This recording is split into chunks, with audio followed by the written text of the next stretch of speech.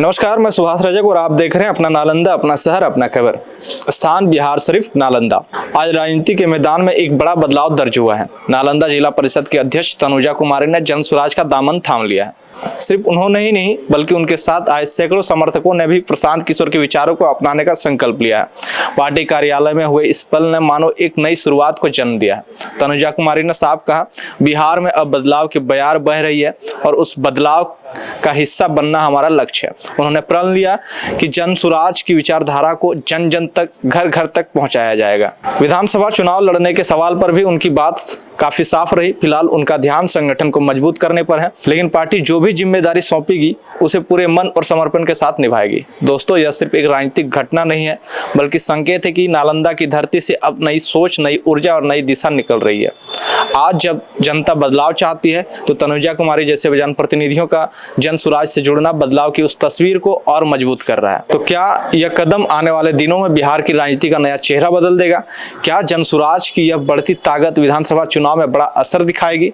समय इसका जवाब देगा। लेकिन इतना तय है, आज का यह फैसला नालंदा और बिहार की राजनीति में एक नई कहानी लिखने जा रहा है। और ऐसे ही अपडेट्स के लिए जुड़े रहिए हमारे चैनल के साथ। आप देख रहे हैं अपना नालंदा और मैं हूं सुभाष रजक। धन्यवाद। प्रेस कॉन्फ्रेंस का मुख्य उद्देश्य क्या है?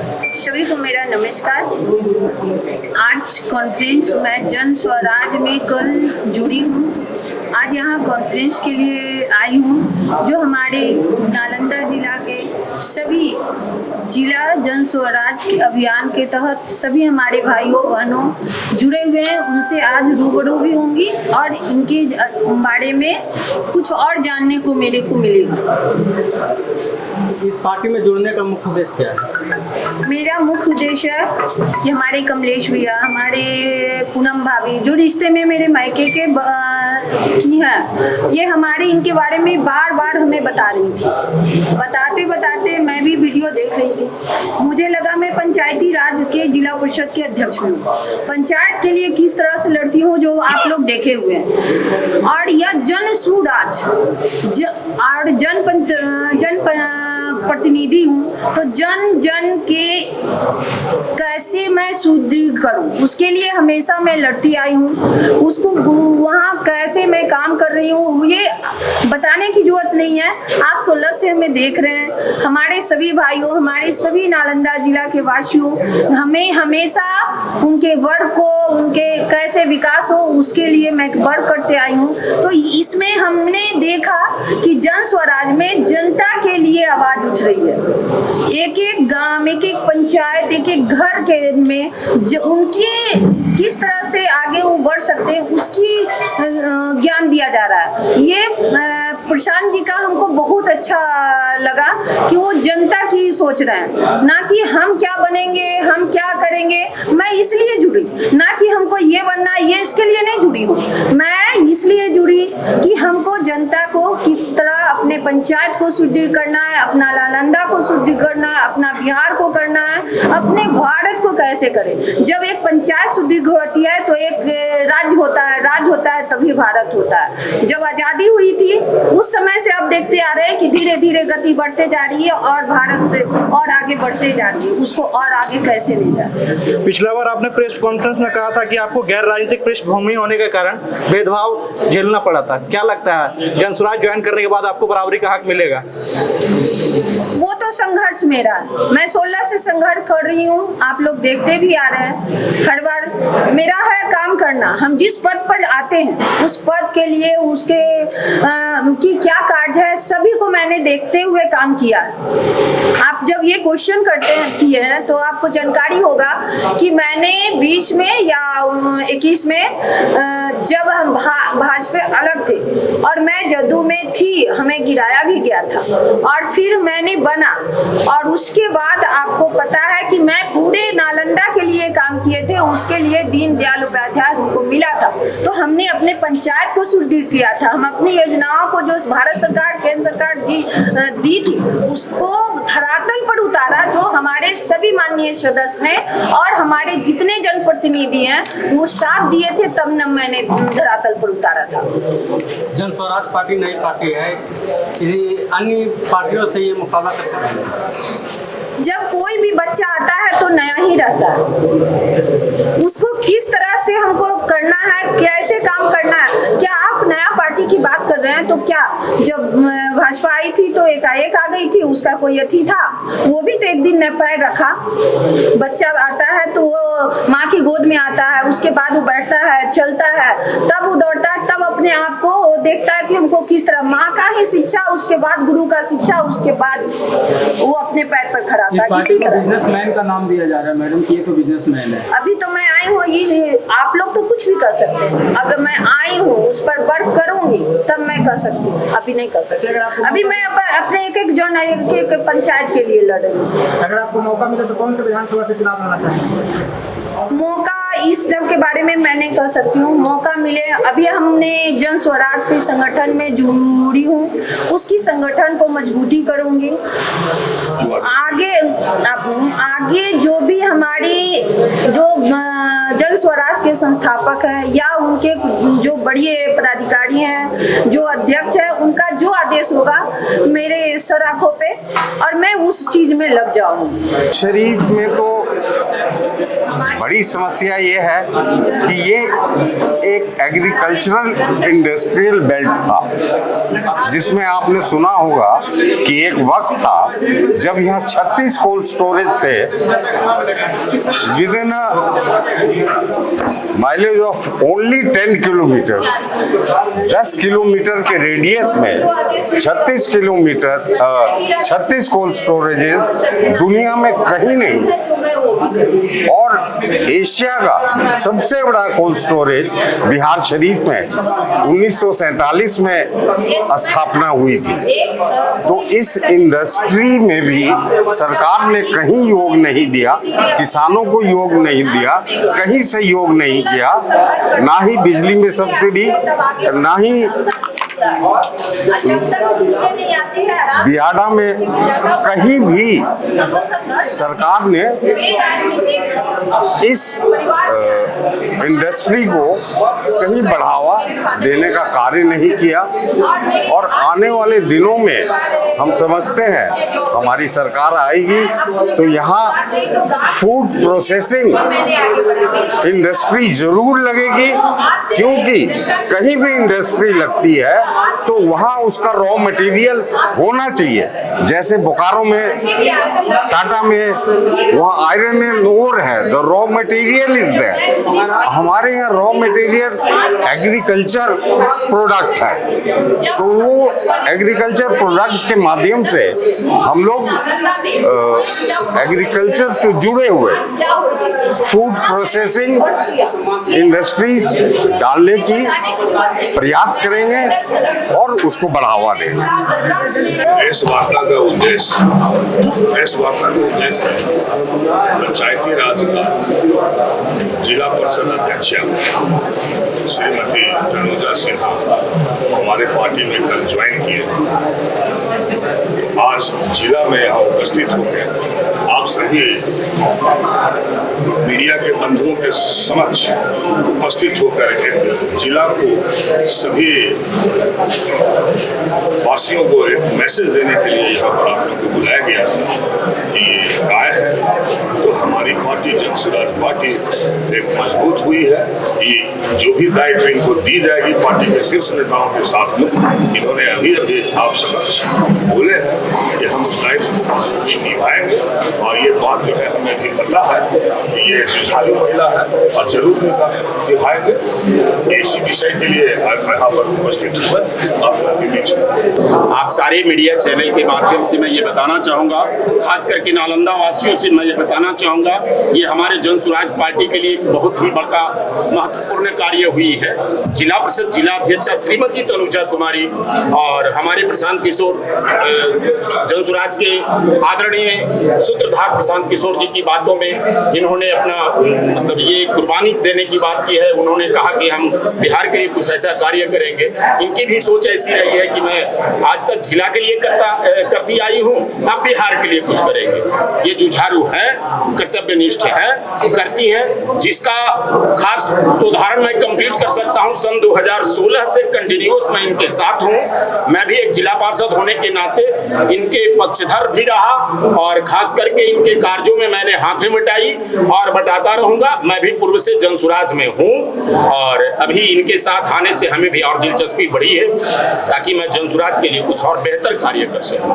क्या परिचय हुआ सर? मेरा नाम कमलेश पासवान है। Core committee, Jansuraaj core committee का सदस्य भी हूँ और हरनौत का एसएससी कैंडिडेट भी हूँ।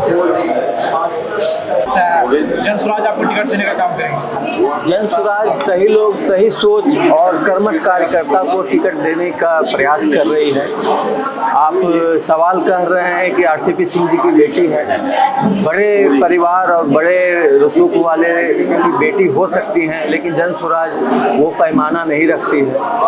और मैं जनसुराज का संस्थापक सदस्य रहा हूँ। पिछले 1.5-2 साल से जनसुराज से जुड़ा हुआ हूँ और गली गली में जो जनसुराज का जो अलग है, अस्थामा विधानसभा में पिछले 1.5 साल से मैंने ही जगाया है। बाद में आए हैं, पार्टी में जिस तरीके से स्वागत है उसके लिए कोई दिक्कत नहीं, सभी लोगों का स्वागत है। अपने अपने तरीके से लोग जनता के पास जा रहे हैं और बस यही कहना है। और बाकी जो पार्टी का निर्णय होगा वो सर्वमान्य होगा। क्या लगता है सर, अस्थामा विधानसभा क्षेत्र का सबसे बड़ा समस्या जदयू के जो पूर्व के नेता रहे, उन लोगों के द्वारा समस्याएं दी गई।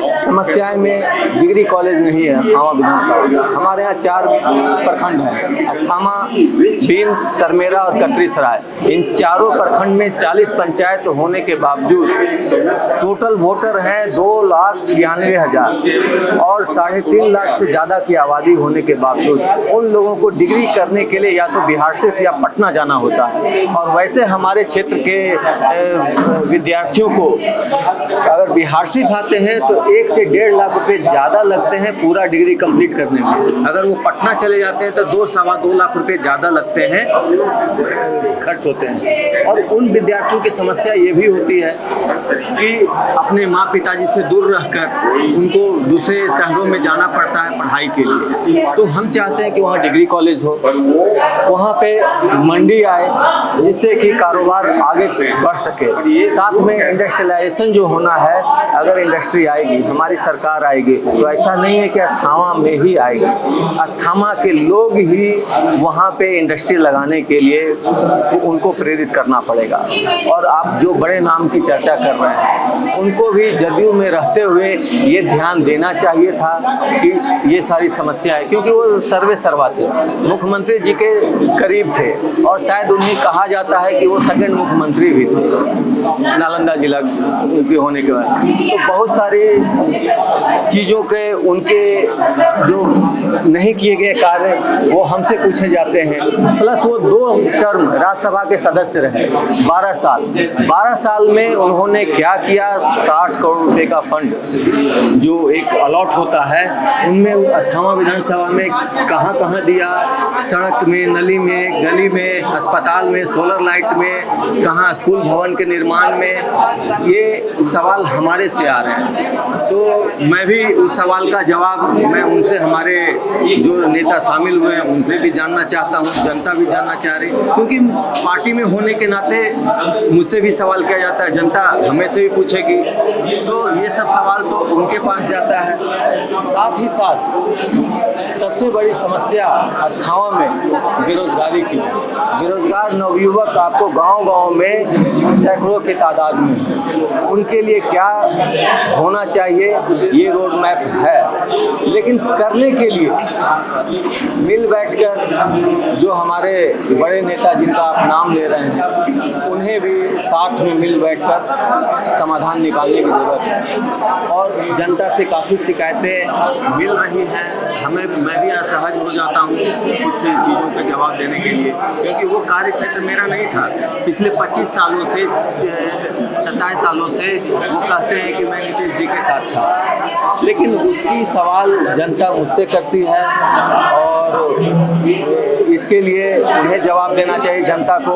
जनता काफ़ी सवाल तैयार करके उनके लिए बैठी हुई है, हमारे से कोई सवाल नहीं है। हम तो पहले से वहाँ पे पिछले 2017 से काम कर रहे हैं। वहाँ पे जो मेरी सामर्थ्य शक्ति रही है, मैंने भरपूर सहयोग किया है। बहुत सारे युवाओं को अच्छे जगह जाने के लिए मैंने प्रेरित किया है और कहा है। देखते होंगे बिहार में जो है जात पात की राजनीति चलती है, आप लोग नेत्र के डॉक्टर हैं, लोगों के नजरिए का इलाज कैसे करेंगे आप? इस बार सारा जात पात धर्म मजहब सब से उठ के सब लोग वोट करेंगे जनसुराज को, क्योंकि इस बार बारी है शिक्षा और रोजगार की, उनके बच्चों की, उनके बच्चे के भविष्य की।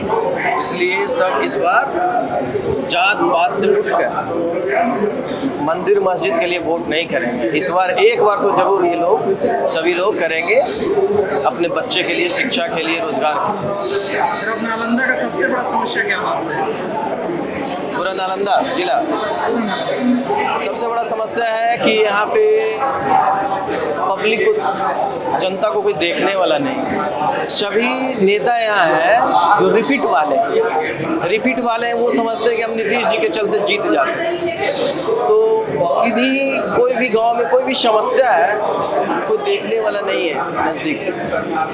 सब में वो मिला रहता है, जिसको जहाँ पे फायदा है वहीं पे है, जो बेचारा का पहुँच है उन्हीं का चलता है, जिनको वहाँ तक पहुँच नहीं है नहीं चलता है। पहले तो आप सभी मीडिया बंधुओं को बहुत बहुत धन्यवाद देते हैं जो इस शुभ मौके पर आप लोग आए हैं। और आज प्रेस कॉन्फ्रेंस का मेन मकसद है कि नालंदा जिला की जिला परिषद अध्यक्षा आज जनसुराज में आई हैं, जनसुराज परिवार से जुड़ी हैं और हम लोग काफ़ी उत्साहित हैं, इसलिए कि चूँकि एक महिला भी है वो और मैं भी एक महिला हूँ। महिला सशक्तिकरण और मजबूत होगी, तो उनका जनसुराज में आई हैं, इसलिए बहुत बहुत उनको बधाई देती हूँ। मेन मकसद प्रेस कॉन्फ्रेंस का आज वही है। नालंदा से आप भावी उम्मीदवार के रूप में देखे जा रहे हैं, अगर आपको टिकट मिलता है, अगर आप जीतते हैं तो नालंदा में और क्या क्या काम करेंगे?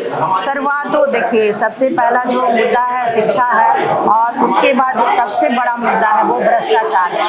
भ्रष्टाचार से मैं चूँकि जिला पार्षद भी हूँ वहाँ से बेन ब्लॉक से, तो भ्रष्टाचार से मैं पिछले 4 सालों से लड़ रही थी और ऐसा है कि मेरा काम एकदम दबा दिया जाता है, होने नहीं दिया जाता है। तो मेरा मुद्दा और हमारी पार्टी का जो भी मुद्दा है भ्रष्टाचार से मुक्ति, वो हमारी सरकार आएगी तो निश्चित ही भ्रष्टाचार से मुक्ति मिलेगी और हम लोग पूरी कोशिश करेंगे कि भ्रष्टाचार मुक्त बिहार बने।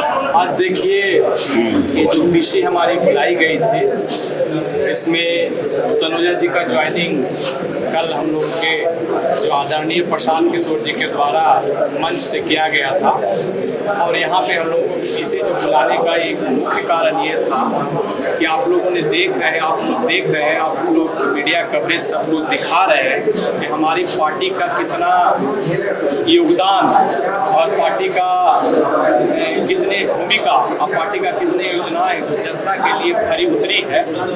इस चीज़ों को देखते हुए हमारी मैडम अभी भी बोली है कि हम सारी चीज़ों का निरीक्षण पहले से कर रहे थे, चीज़ों को समझ रहे थे।